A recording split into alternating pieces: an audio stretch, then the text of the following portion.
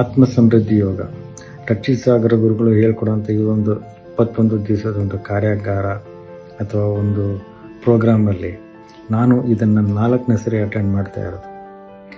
ಮೊದಲನೇ ಆತ್ಮ ಸಮೃದ್ಧಿ ಯೋಗವನ್ನು ಅಟೆಂಡ್ ಮಾಡಿದಾಗ ನನಗೆ ಅನಿಸಿದ್ದು, ಜೀವನದಲ್ಲಿ ನಮಗೆ ಬರುವಂಥ ಒಂದು ಕಷ್ಟ ಸುಖಗಳಾಗಲಿ ಇವನ್ನೆಲ್ಲ ಹೇಗೆ ನಿಭಾಯಿಸಬೇಕು, ಈಗ ಈ ಎಲ್ಲ ಕಷ್ಟಗಳನ್ನು ಮತ್ತು ಸಂದಿಗ್ಧ ಪರಿಸ್ಥಿತಿಗಳನ್ನು ಹೇಗೆ ನಿಭಾಯಿಸಬೇಕು, ಯಾವ ರೀತಿ ಒಂದು ಮನಸ್ಥಿತಿಯಿಂದ ನಾವು ಇದನ್ನು ಸರಳವಾಗಿ ಅಂದರೆ ಸುಗಮವಾಗಿ ಎದುರಿಸೋದು ಒಂದು ಮೈಂಡ್ಸೆಟ್ಟನ್ನು ಡೆವಲಪ್ ಮಾಡೋದು ಹೇಗೆ ಅಂತ ನಾನು ಒಂದು ಮೊದಲನೇ ಸೆಷನಲ್ಲಿ ಅರ್ಥ ಮಾಡಿಕೊಂಡೆ.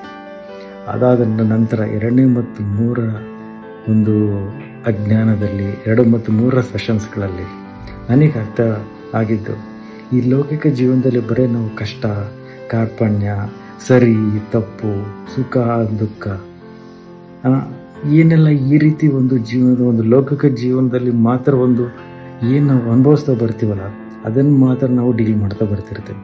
ಸೊ ಇವನ್ನ ತಿಳ್ಕೊಂಡು ಇವನ್ನ ಅನುಭವಿಸ್ಕೊಂಡು ಇದರಿಂದ ಒಂದು ಒಳ್ಳೆಯ ಜೀವನದಲ್ಲಿ ಒಂದು ಒಳ್ಳೆಯ ಮಾರ್ಗವನ್ನು ಪಡ್ಕೊಳ್ಳೋದೇ ಒಂದು 99% ಜನದಲ್ಲಿರೋ ಈ ಪ್ರಪಂಚದಲ್ಲಿ ಅವರೇ ಕಷ್ಟ ಆಗಿ ಅವರು ಕೊನೆಗೆ ಅವರು ಒಂದು ಯಾವುದೋ ಒಂದು ರೀತಿ ಜೀವನ ಮಾಡಿ ಅವರು ಒಂದು ಅಂತ್ಯ ಕಾಣ್ತಾರೆ. ಆದರೆ ಆತ್ಮ ಸಮೃದ್ಧವಾದ 4ನೇ ಒಂದು ಸೆಷನ್ನಲ್ಲಿ ನನಗೆ ಅರ್ಥ ಆಗಿದ್ದು, ಈ ಲೌಕಿಕ ಜೀವನ ಅನ್ನೋದು ಒಂದೇ ಅಲ್ಲ. ಈ ಲೌಕಿಕ ಜೀವನದಲ್ಲಿ ನಾವೇನು ತಿಳಿತೀವಲ್ಲ, ನಾವೇನು ಅನುಭವಿಸ್ತೀವಲ್ಲ, ನಮಗೇನು ಒಂದು ಪರಿಸ್ಥಿತಿಗಳೆಲ್ಲ ಬರ್ತಾವಲ್ಲ, ಅದು ಎಲ್ಲದಕ್ಕೂ ಒಂದು ಕಾರಣ ಅನ್ನೋದಿರುತ್ತೆ. ಅದು ಕಾರಣ ಏನು, ಅದಕ್ಕೆ ಕಾರಣಕ್ಕೆ ಒಂದು ಹಿನ್ನೆಲೆ ಏನು, ಅದನ್ನೆಲ್ಲ ಒಂದು ತಿಳ್ಕೊಳ್ಳೋಕ್ಕೆ ಒಂದು ನೆಕ್ಸ್ಟ್ ಇನ್ನೂ 2 ಜೀವನಗಳಿದೆ. ಅದು ಆಧ್ಯಾತ್ಮಿಕ ಜೀವನ ಮತ್ತು ಅಲೌಕಿಕ ನಿಜ ಜೀವನ ಅಂತ.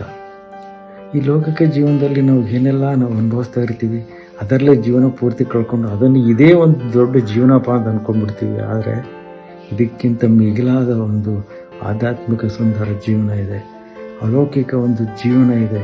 ಇದೆಲ್ಲದರಲ್ಲೂ ಒಂದು ನಮ್ಮ ಭಗವಂತ ದೇವರು ಅಂತ ನಾವು ಯಾಕೆ ನಂಬಬೇಕು, ಜೀವನದಲ್ಲಿ ಒಂದು ಕೆಲಸ ಅನ್ನೋದು ಹೇಗೆ ಮಾಡಬೇಕು, ಒಂದು ಏನೇ ಒಂದು ಸಹಾಯ ಅನ್ನೋದು ಹೇಗೆ ಮಾಡಬೇಕು, ಆ ಮಾಡೋ ರೀತಿಯಲ್ಲಿ ಯಾವ ರೀತಿ ಒಂದು ಬಿಸ್ನೆಸ್ ಅಂತ ನಾವು ಮಾಡಿದ್ರೆ ಯಾವ ರೀತಿ ಬಿಸ್ನೆಸ್ನ ನಾವು ಆರಿಸ್ಕೋಬೇಕು, ಆತ್ಮಕ್ಕೆ ನಮ್ಮ ಮನಸ್ಸಿಗೆ ಯಾವ ರೀತಿ ತೃಪ್ತಿ ನೀಡುವಂಥ ಅದು ಒಂದು ದೇಹದಿಂದ ಕೂಡಿರಬೇಕು, ಇವಕ್ಕೆಲ್ಲಕ್ಕೂ ಒಂದು ಕ್ಲಾರಿಟಿ ನೀಡುವಂಥ ಆತ್ಮ ಸಮೃದ್ಧಿ ಯೋಗ ಜ್ಞಾನದಲ್ಲಿ ಎಲ್ಲರೂ ತಿಳ್ಕೊಳೋದ್ರಿಂದ ಅವರ ಜೀವನದಲ್ಲಿ ಲೌಕಿಕವಾಗಿ, ಆಧ್ಯಾತ್ಮಿಕವಾಗಿ ಮತ್ತು ಅಲೌಕಿಕವಾದ ಎಲ್ಲ ರೀತಿಯಲ್ಲಿ ಒಂದು ಆಯಾಮಗಳೆಲ್ಲ ಅರ್ಥ ಮಾಡ್ಕೊಂಡ್ಬಿಟ್ಟು ಅವರ ಸುಂದರ ಜೀವನವನ್ನು ರೂಪಿಸ್ಕೊಳ್ಳೋಕ್ಕೆ ಒಂದು ಅನುಕೂಲ ಆಗುವಂಥ ಒಂದು ಸುಂದರ ಜ್ಞಾನವನ್ನು ಇದರಲ್ಲಿ ಪಡಿತೀರಾ ಅಂತ ಹೇಳ್ತಾ, ಈ 21 ದಿವಸದ ಈ ಶಿಬಿರದಲ್ಲಿ ರಕ್ಷಿತ್ ಸಾಗರ್ ಗುರುಗಳು ನಮಗೆ ಅವರು ಕಲ್ತಿರುವಂಥ 100 ಋಷಿ ಮುನಿಗಳಿಂದ ಒಂದು ಕಲ್ತಿರೋ ಒಂದು ಸುಂದರ ಜ್ಞಾನವನ್ನು